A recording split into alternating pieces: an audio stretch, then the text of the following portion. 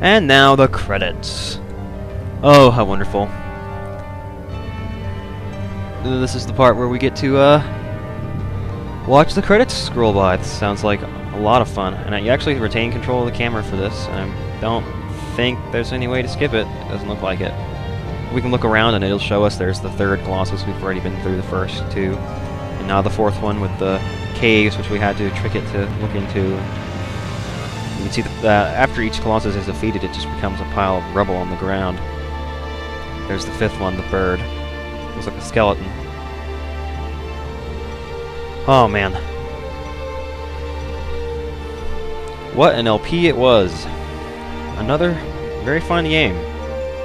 This is actually the first LP I've done that wasn't a game that I just loved in my childhood, a game that I grew up with, basically. And so it was different for me because I just found out about this game a few months ago, and then decided to do the LP of it a while back, and then now it's turned to, you know, it's in the front of the queue now. It's waited in line, and now it's done. Come and go that fast. This one actually it took a lot less parts than I thought it would, but that's alright, I guess. It's still a whole game. It's still a whole LP.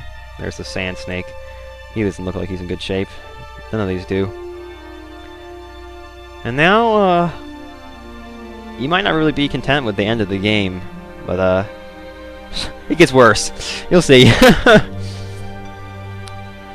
Oh man, what an LP. This was a really fun game for me. I have to say that I have never played another game quite like this one. You know, there's 16 enemies and you fight them all one at a time. And it's just the environment, the music in the background, the epic music during the fights, the way that everything is sort of through like a slightly fogged filter, just so it's like in almost like a dream, and you just go from one Colossus to the next and just destroy them. You know, the whole like atmosphere of the game is awesome. Now the credits are over. We're back to watching Lord Eamon destroy this one and only path in and out of the cursed land.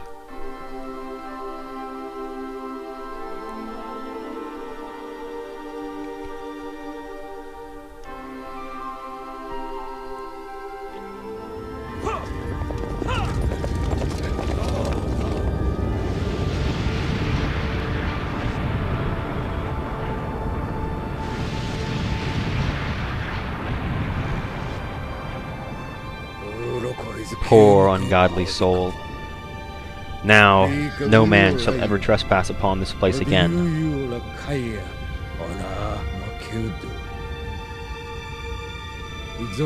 Should you be alive, if it's even possible to continue to exist in these sealed lands. One day, perhaps you will make atonement for what you've done.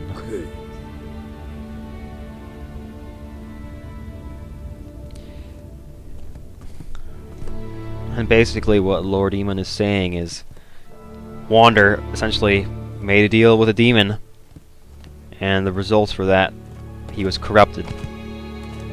And basically it destroyed him. That was why the scars and such were appearing on his body, even though he didn't take so many hits in the fights. And that was why his skin was changing and his hair was changing, and he was being corrupted by the influence of Dorman.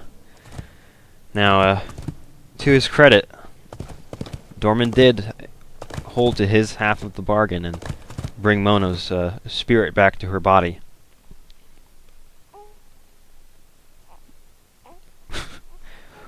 What the hell is that? I'm sorry, but that's the only appropriate response the first time you see this. Because you're just like, wait a minute, isn't that like where Wander was? That baby has horns. Excuse me, that baby has horns. And Agro's just like, I'm moving on. So apparently, somehow, Wander has been turned into a horned baby. And I'm not even sure if Mono realizes that that's Wander. or where she is, because I mean she was dead when Wander first brought her here on Agro's back, and so Agro knows the way out. Of course, it's gone, but Wander's an infant, is an infant, and is in no state to tell Mono what's going on, and neither is Agro really.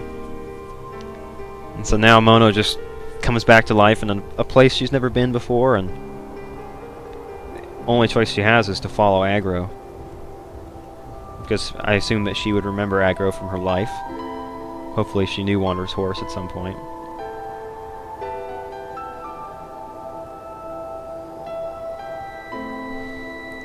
And this is just some weird stuff here. And this is the Garden of the Dead up here, where the Fruit of the Dead is. That's the fruit that shrinks your health meter and your grip meter. And basically, the only way for us to get there in the game is to climb the outside wall of this and like eventually find our way in. But I'm not sure if that's doable, because you have to have a massive grip meter to do it, and I don't even think that mine has enough. You have to go and basically play the game through multiple times to get your grip meter as large as you possibly can, and then you'll be able to have enough grip to scale the walls of this place. Because there's no way to open the door through which Mono and Agro have reached the garden. So, only choice is to climb. And now, the details of the plot are left to you to decide. Somehow Mono has been brought back, Wander is now a horned baby, and the two of them, along with Agro, are trapped in the cursed land with Bambi, I guess. And a cool garden on top of a worship shrine with a bunch of broken statues in it. And now, essentially, the plot is open-ended. I assume that if you play Ico, this is explained. In fact, I believe that it's explained at least fairly well, I guess. There's a baby, or at least a child in Ico who has horns, and so I suppose that's Wander. And then you fight shadow demons that are very similar to the ones which we've seen in this game. Oh, and how is this for, circuitousness? We've been brought back to the beginning now, as we follow the bird, which brought us in to the LP at the very beginning of the game, that first opening cutscene.